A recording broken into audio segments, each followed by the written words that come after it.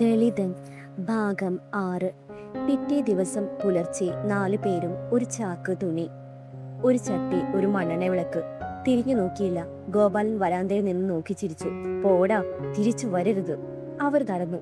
പാലക്കാട് നിന്ന് തൃശൂർ ജില്ലയുടെ അതിർത്തിയിലേക്ക്. അമ്പഴക്കാട് എന്നൊരു ചെറിയ ഗ്രാമം. അവിടെ ആരും അവരെ അറിയില്ല. അമ്പഴക്കാട്ടെ അറ്റത്ത് ഒരു ചതുപ്പിന്റെ ഓരത്ത് ഒരു ഓലമേഞ്ഞ വീട്. വാടകയ്ക്ക് മാസം 30 രൂപ. ചുമര് മണ്ണ്, മേൽക്കൂര ഓല, ഒരു ജനൽ പോലുമില്ല. പക്ഷേ അവർക്ക് അത് സ്വർഗമായിരുന്നു. കാരണം ഇവിടെ ഭ്രഷ്ടില്ല. അമ്മേ, നമ്മുടെ വീട്. കല്യാണി ചുറ്റുമോടി. ദേവയ്ക്ക് മുറ്റുപടിച്ചു. മതിമക്കളെ, ഇതാ നമ്മുടെ സുരക്ഷ. രാഘവൻ വീടിന്റെ തോളിൽ തൊട്ടു. ദൈവമേ, ഇതാ നമ്മുടെ പുതിയ തുടക്കം. പിറ്റേ ദിവസം മുതൽ രാഘവൻ ഇറങ്ങി. പറമ്പ്, കൃഷി, കൂലി, എല്ലായിടത്തും ചോദ്യം. നീ ആരാ? എവിടെ നിന്ന്? പാലക്കാട് നിന്ന് എന്ന് പറഞ്ഞപ്പോൾ പലരും വേണ്ടെന്ന് പറഞ്ഞു. ഒരാഴ്ച കഴിഞ്ഞു. ഒടുവിൽ ഒരു സ്ഥലം, ജോളിമാഷിന്റെ പറമ്പ്. ജോളിമാഷ് റിട്ടയർഡ് ഹെഡ് മാസ്റ്റർ, 60 വയസ്സ്, ഒറ്റയ്ക്ക് താമസം. എന്താ ജോലി? രാഘവൻ ചോദിച്ചു. തോട്ടം നനയ്ക്കൽ. എന്റെ റബ്ബർ തോട്ടം. ദിവസം 10 രൂപ തരാം. താമസം ഇവിടെ തന്നെ. രാഘവൻ ചോദിച്ചു. ജാതി ചോദിക്കുന്നില്ലേ? ജോളിമാഷ് ചിരിച്ചു. എനിക്ക് ചെടികളുടെ ജാതി മാത്രമേ ഉള്ളൂ, മനുഷ്യന്റെ അല്ല. പണിയെടുക്കൂ? എടുക്കുമയ്യോ. രാഘവൻ കണ്ണു നിറഞ്ഞു. അങ്ങനെ ജോലി കിട്ടി. വീട്ടിൽ 4 പേർ. ചെലവ് കൂടും. കുഞ്ഞുണ്ണി പറഞ്ഞു. അപ്പാ, ഞാൻ ജോലിക്ക് പോകും. വേണ്ട മോനെ, നീ പഠിക്ക്. പഠിക്കാം അപ്പാ, പക്ഷെ പട്ടിണി കിടന്ന് പഠിക്കാൻ പറ്റില്ല. അമ്പഴക്കാട് ടൗണിൽ ഒരു ചെറിയ ഹോട്ടൽ, അനന്യ ഹോട്ടൽ. അവിടെ ചെന്നു. എന്താ വേണ്ടത് മോനെ? ഹോട്ടൽ മുതലാളി ചോദിച്ചു. ജോലി. എന്ത് പണി തന്നാലും ചെയ്യാം. പാത്രം കഴുകാൻ പറ്റുമോ? പറ്റും. അങ്ങനെ കുഞ്ഞുണ്ണിക്ക് ജോലി. രാവിലെ 6 മുതൽ 9 വരെ. സ്കൂൾ വിട്ടാൽ വൈകുന്നേരം 4 മുതൽ 7 വരെ. ദിവസം 5 രൂപ. എല്ലാ ദിവസവും ഹോട്ടലിലെ പഴയ പാത്രങ്ങൾ അവൻ കഴുകും. ഒരു മാസം കഴിഞ്ഞു. രാഘവന്റെ കയ്യിൽ 300 രൂപ, കുഞ്ഞുണ്ണിയുടെ കയ്യിൽ 150 രൂപ. ആദ്യമായി അവർ അരി മേടിച്ചു, മീൻ മേടിച്ചു. കല്യാണിക്ക് ഒരു പുതിയ പാവാട. അമ്മേ, കല്യാണി പറഞ്ഞു. ഇവിടെ ആരും നമ്മളെ അടിക്കുന്നില്ല. ദേവിക ചിരിച്ചു. അതേ കുട്ടി, ഇവിടെ നമ്മൾ മനുഷ്യരാണ്. രാത്രി ഓലമേഞ്ഞ വീട്. കുഞ്ഞുണ്ണി പത്രം കൊണ്ടുവന്നു. ഹോട്ടലിൽ നിന്ന് കിട്ടിയ പഴയ പത്രം. അപ്പാ, ഇത് കേൾക്കൂ. അവൻ വായിച്ചു. ലോകത്ത് എത്രയോ പേർ പഠിച്ചു വലുതായി. Doctor BR. അംബേദ്കർ. രാഘവൻ കേട്ടു. ആ പേര് മോനെ മനസ്സിൽ വെച്ചോ. കുഞ്ഞിനെ തലയാട്ടി. ജോളിമാഷ് ഒരു ദിവസം ചോദിച്ചു. മോനെ, നീ പഠിക്കാൻ ആഗ്രഹിക്കുന്നുണ്ടോ? ഉണ്ടയ്യോ. പിന്നെ എന്താ പഠിക്കാത്തത്? പൈസയില്ല. സ്കൂൾ സമ്മതിക്കില്ല. ജോളിമാഷ് ഒന്നും പറഞ്ഞില്ല. പക്ഷെ ആ രാത്രി ഉറങ്ങിയില്ല. ഒരു രാത്രി കാറ്റിൽ ഓല പടപട എന്ന് ശബ്ദം. കുഞ്ഞുണ്ണി പുറത്തിറങ്ങി നിന്നു. അമ്പഴക്കാട്ടെ ആകാശം നോക്കി. പാലക്കാട്ടെ നക്ഷത്രങ്ങൾക്ക് ഇവിടെയും അതേ തിളക്കം. അമ്മേ, അവൻ അകത്ത് വിളിച്ചു പറഞ്ഞു.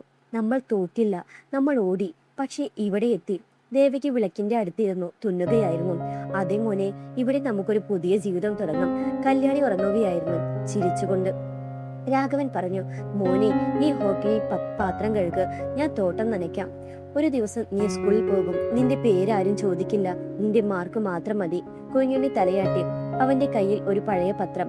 അതിൽ മഷി പുരണ്ടിട്ടുണ്ട്. പക്ഷെ അതിലെ അക്ഷരങ്ങൾ വായിക്കാൻ പറ്റും. അവൻ ആ അക്ഷരങ്ങൾ നെഞ്ചോട് ചേർത്തു. ഭ്രഷ്ട് കൽപ്പിച്ച നാടുവിട്ടു. പാത്രം കഴുകുന്ന കുട്ടിയായി. പക്ഷേ സ്വപ്നം അത് ഒന്നാരേഖ തന്നെയായിരുന്നു. ഒരു ദിവസം രാത്രി ജോളിമാഷ് രാഘവന്റെ മുന്നിൽ വന്ന് നിന്നു. രാഘവ, മാഷിന്റെ ശബ്ദം വിറച്ചു. ഈ കുട്ടിയെ എനിക്കിതാ. രാഘവൻ ഞെട്ടി.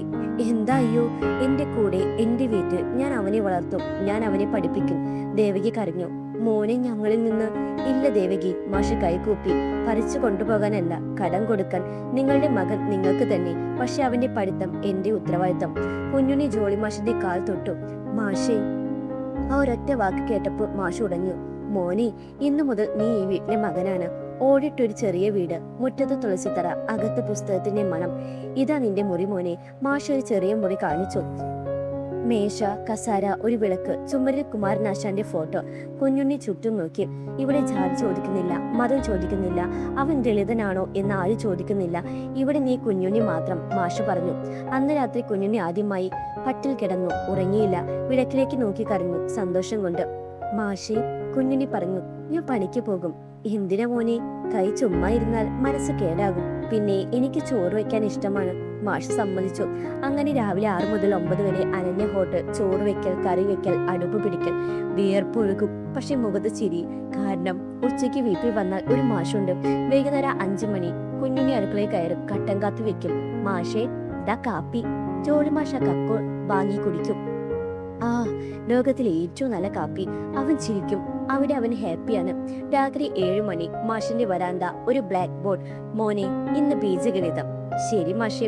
ഗണിതം, ശാസ്ത്രം, ഇംഗ്ലീഷ്, മലയാളം. ചോദ്യം ചോദിച്ചാൽ മാഷ് ദേഷ്യപ്പെടില്ല. നല്ല ചോദ്യം മോനെ, ആലോചിക്കേ. പാഠം കഴിഞ്ഞാൽ കഥ. മാഷേ, ബഷീർ എന്താ ഇങ്ങനെ എഴുതിയത്? അവൻ മനുഷ്യനെ സ്നേഹിച്ചു മോനെ, നീയും സ്നേഹിക്കും. ജാതിയില്ല, മതമില്ല, ഇവിടെ ഉള്ളവരും മാഷും ഒരു മകനും മാത്രം.